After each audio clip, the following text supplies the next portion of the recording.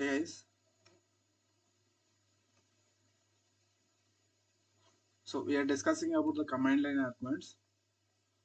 We can read the data from command line arguments. So generally we can read the data by using scanner class and buffer reader, and we have the command line arguments also. We can read the data by using the command line arguments. So today we are discussing about the command line arguments. In that command line arguments, so arguments meaning values, and command line args are used to supply the dynamic values as a input for our program. And next, command line arguments will be received by the main method. Okay, the values will be received by the main method. Okay, normally how we can write the program on it. Now the variable name you can take anything. So here I am storing the values in the array format only.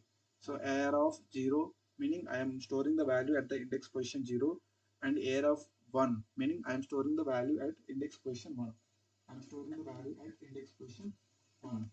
Okay, so similarly, so this program I can compile this program, and wherever the command prompt is available, you can go to the command prompt and can go to the file location and you can open command prompt java c and demo dot java. The file has successfully compiled. So here we made mistake.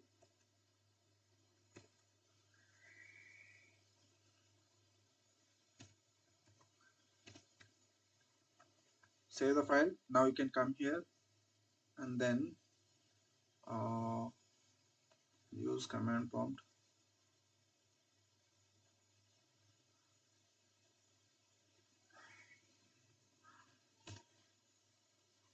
Compile file. Now java demo. Now here you should give the values. Hi, hello, hi, hello. So here what I am doing. So arguments will be received by the main method. These arguments will be received by the main method. I am giving these two values, hi, hello. Okay, I am click on it, and it is returning to us hi, hello, hi, hello. So what is happening generally? We are giving the dynamic values, and where the dynamic values will be storing. So the dynamic values will be storing at the index position 1. Hi will be stored at the index position 0, and hello will be stored at the index position 1. Hello will be stored at the index position 1. So this variable name you can give anything, and you can give. So normally what is the command for compilation? Java C demo. Java C demo is the command. Okay, next we have the command demo, and here you can give the hi and hello. Not only hi, hello, you can give any string data type. So hi will be stored at the index position 0, and hello will be stored at the index position 1. So like that you can take n number of arguments, n number of index positions you can take, and n number of values you can pass here. N number of values you can pass here. N number of values you can pass here. For example, here if I want to take a string s3 equal to here, I can take 3. Now what I will do, simply I can mention s3, and here I will pass one more value. I will pass here. So like this you can take n number of I would say n number of strings you can take. And what we are doing here, we are doing joining the two strings, joining three strings. Okay,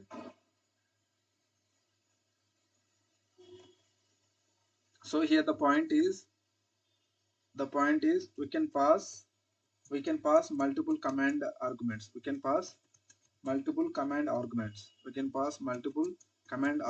There is no restrictions. We can pass multiple command arguments. They will be stored into one array. They will be stored into one array. They will be stored into one array. They will be stored into one array. So by default behavior is string.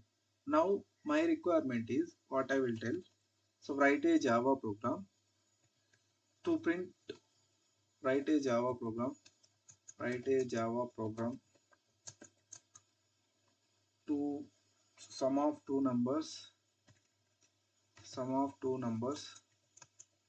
Sum of two numbers. Sum of two numbers using command line arguments. Command line arguments. Command line arguments. So if I give the requirement like this, so in that case what you guys will do, in that case what you guys will do, this is the program, right? So now can I take integer values as an input? For example, this is, now can I convert into the int data type, int int, okay? And here should I change this one? Should I change this one like integer? Then what I am doing here, so I am reading the values in the integer format only, and I am compiling. And here also this is the main array, it is also storing in the format of int. For example, here I will mention string only. I will show you two cases, you can get the clarity on it.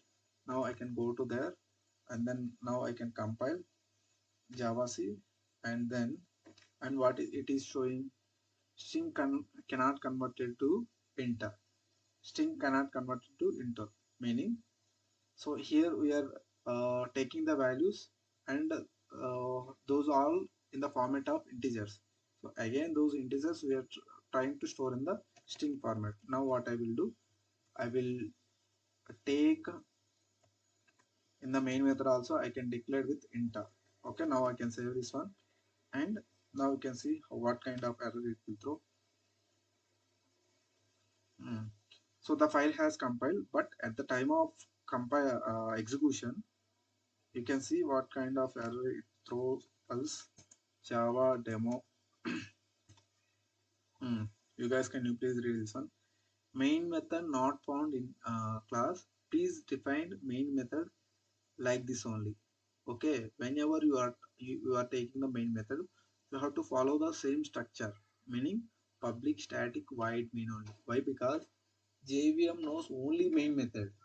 Okay, JVM knows only main method. This variable name you can change, but at the time of declaring the method, you have to compulsory, you have to define with the string only.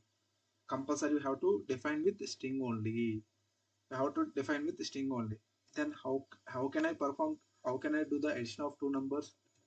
So here also you can take the values in the format of string only, and here also you can take the values in the format of string only. So we'll go with the two numbers. Okay, now here the thing is, so the values, whatever the values we are taking from the command, so the values which is in the format of string, this string values you can convert into integer format. These values you can convert into the integer format. So how you can convert? For that purpose we have the parseInt method. Where the parseInt method is available? ParseInt method is available in the integer class. How you can check predefined integer class? You can go to the Java document. You simply go to the Java document. So by default package is the java.lang package. If you want to use any predefined class which is available in the java.lang package, no need to mention import statement. You can directly use the predefined classes and interfaces which are available in the java.lang package. So I am simply going through that java.lang package, and then here we have the integer class, and this is the integer class. If you scroll down, we have some parsing method. Okay, parsing method. Uh, so parseInt is the method, and what is it is doing? String argument as a parses string as argument as a decimal integer. Okay, decimal integer. So here also I am using the same method, that is integer dot method name. I am mentioning the class name. So parseInt is the method which is available in the integer. Integer is the class name. Okay, parse int, and here I am converting s1. I am storing the string values only. This string values again I am converting into the integer values. Okay, this integer values again I am storing in some reference variable, that is a, and this data type is the integer. So similarly I can do with respect of, I can do with respect to integer dot parseInt. Here I can mention s2 and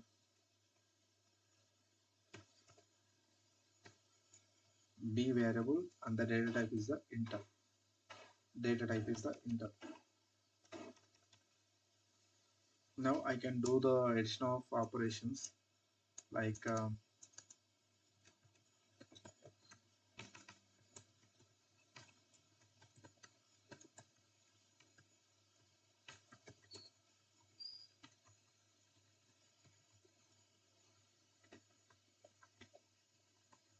now simply I can go to there.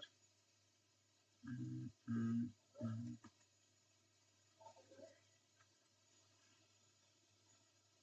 Can compile file.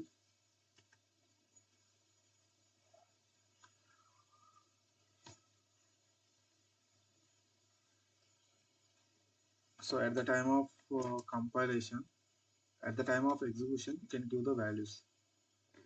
The values is 20 and 60 I am giving. Then you can now you guys observe what it is doing.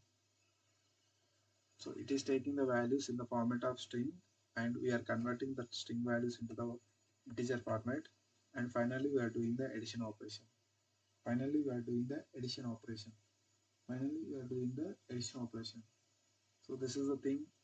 Normally here what we are doing generally, we are taking the values from the keyboard by using command line arguments. So generally you can read the data from the keyboard in three ways. Scanner class, so we learned about the scanner class, and buffer reader, we learned about the buffer reader, how we can read the data by using the buffer reader, and we have the third approach, that is command line arguments. We have the third approach, that is the command line arguments. Command line arguments. So what does it mean by commands? What does it mean by arguments? Arguments are the values. Okay, so command line arguments are used to supply the dynamic values as an input for our program. As an input for our program, command line args will be received by main method. Command line arguments will be received by main method. Next, we can pass the multiple command line arguments. Command arguments, they will be stored into one array. One array. So in the last session, so from here to here array, right? So whatever the programs we written inside this main method, every program which will be stored in the format of array only. Okay, it will be stored in the format of array only, and this is the variable name. Not only args, you can give any name. Okay, if you give any name also, you can get the result. You can get the result. Okay, so next thing is, so this is all about I would say command line arguments. This is all about command line arguments. So I hope this is clear. Command line arguments. So with the help of command line arguments, we can do all programs like addition operation, division operation, multiplication, and everything. So whatever the arithmetic operators, everything we have. So we can do all the operations: addition, subtraction, division, multiplication. So these are all the operations you can do by using command line arguments. By using command line arguments. Okay. So after that, so next we have the topic, that is the oops concept. So in that oops, so what are the oops I can categorize into two parts: oops part number one and oops part number two. In the oops part number one, what are the what the tech we are discuss, what we will discuss in the oops part number one. So generally we will discuss like what is pop language and what is OOP language. So what is the advantage with like OOP language, and pop language is the old language and OOP language is the I would say now current everybody is using the OOP language. So what is the difference? We will learn here. Okay, and after that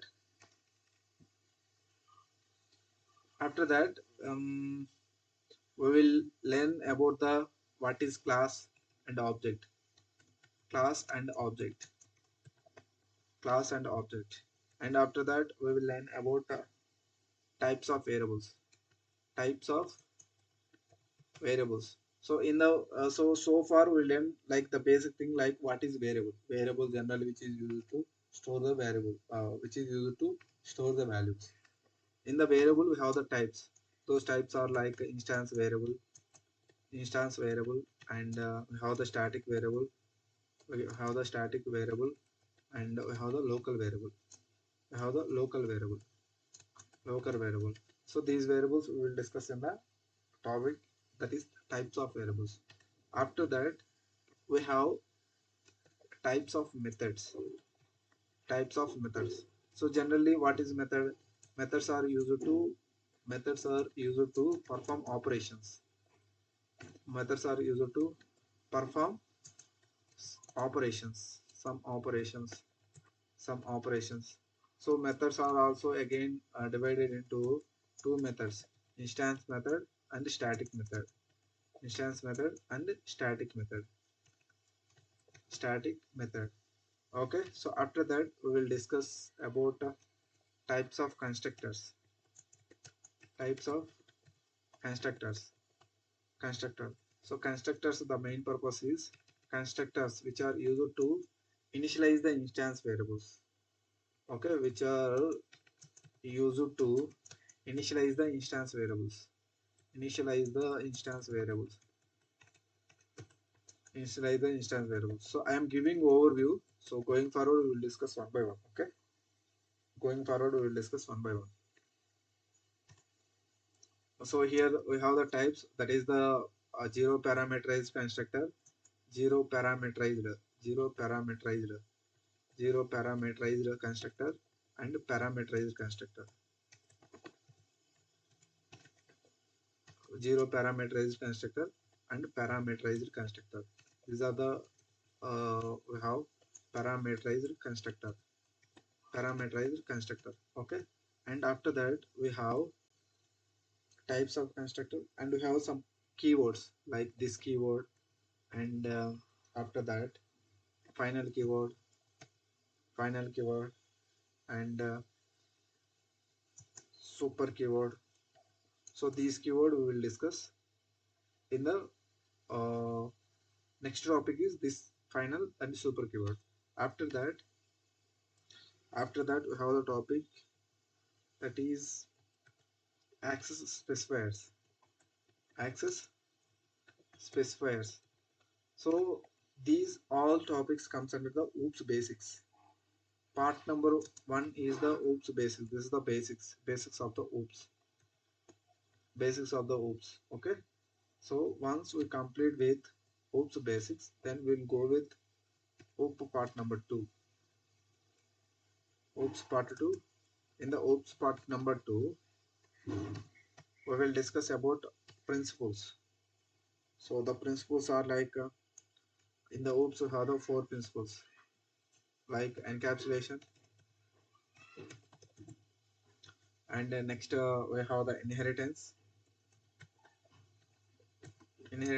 and again inheritance is divided into multiple types like single level, multi-level, hierarchical, okay, hybrid. So multiple inheritance. So it is divided into five types. Next we have um, abstraction, polymorphism, polymorphism, and we have the abstraction. We have the abstraction. So these four are called principles. Four principles. Four principles. So this we will discuss in the part number two. We will discuss in the part number two. So what does it mean by encapsulation generally? So it is the process of combining combining variables and methods as a single entity. Variables and methods as a single entity is called encapsulation. Okay, so what is the best example for the encapsulation? The best example for the encapsulation is our Java classes only. So our Java classes we can define with variables and methods as a single entity. So what is the best example? Best example for encapsulation is the our Java classes only. Our Java classes only. Okay. Next, what is inheritance? Inheritance meaning it is the process of extending the it is the properties a process of extending the properties from properties from one class to another class. One class to another class.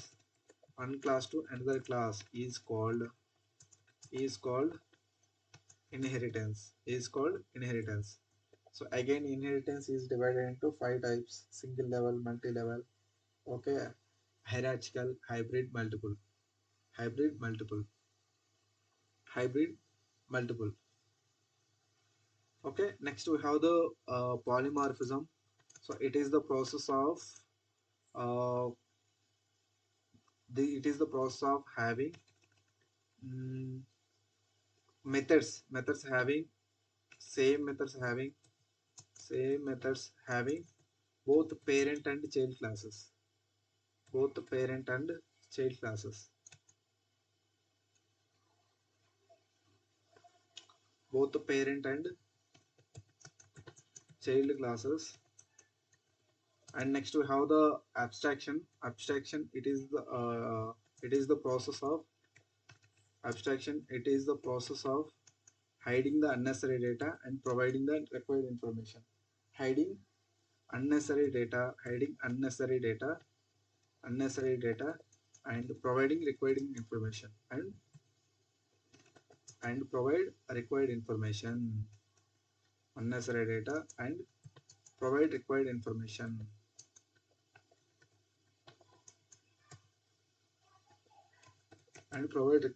required information. So these are the four principles actually. These are the four principles. Part number one, and these are the things: